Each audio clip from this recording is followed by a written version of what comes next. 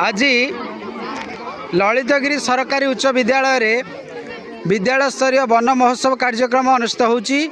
एही कार्यक्रम रे शताधिक पिला माने वृक्षरोपण करने संकल्प नहीं माँ पाई गछटिए ए वर्षर जो विशिष्ट वार्ता रही से कथा को आधार करी पिला माने समस्त विद्यालय परिसर रे वृक्षरोपण करने शपथ नौचंती। से माने बुझीचंती जे गछ बंचिले ये समाज बंचिब एवं गछ हसिले ये दुनिया हसिब।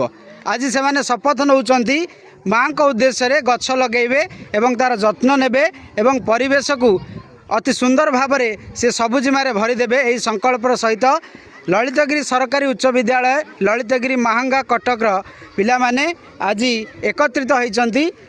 तेबे आसंतु समस्ते संकल्प नवा गछ बंचिले दुनिया बंचिब, गछ बंचिले गछ बंचिले गछ हसिले परिवेश हसिब, गछ हसिले गछ हसिले माँ पाई गछटिए माँ पाई धन्यवाद।